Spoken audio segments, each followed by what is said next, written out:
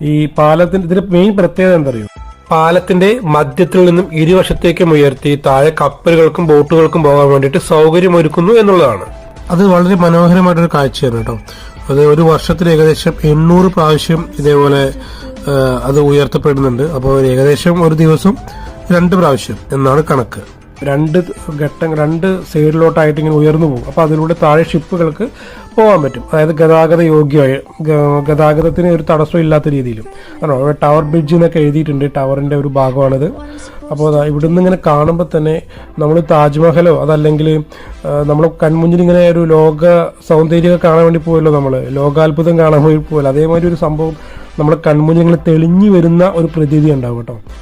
യഥാർത്ഥത്തിൽ നമ്മളിപ്പോൾ ഈ കാണുന്ന ടവർ ബ്രിഡ്ജിന് സമീപത്ത് മുമ്പുണ്ടായിരുന്ന ലണ്ടൻ ബ്രിഡ്ജ് 1968 അമേരിക്കയിലെ പ്രശസ്തരായ ഒരു ബിസിനസ്മാൻ റോബർട്ട് പി മെക്കാരക് ലേലത്തിന് പിടിച്ചിട്ട് അത് അമേരിക്കയിലെ ആരിസോണയിൽ കൊണ്ടുപോയിട്ട് അവിടെ പുനഃസൃഷ്ടിച്ചു. അപ്പൊ ശരിക്കുള്ള ലണ്ടൻ ബ്രിഡ്ജ് ഇപ്പോൾ അവിടെയാണുള്ളത്.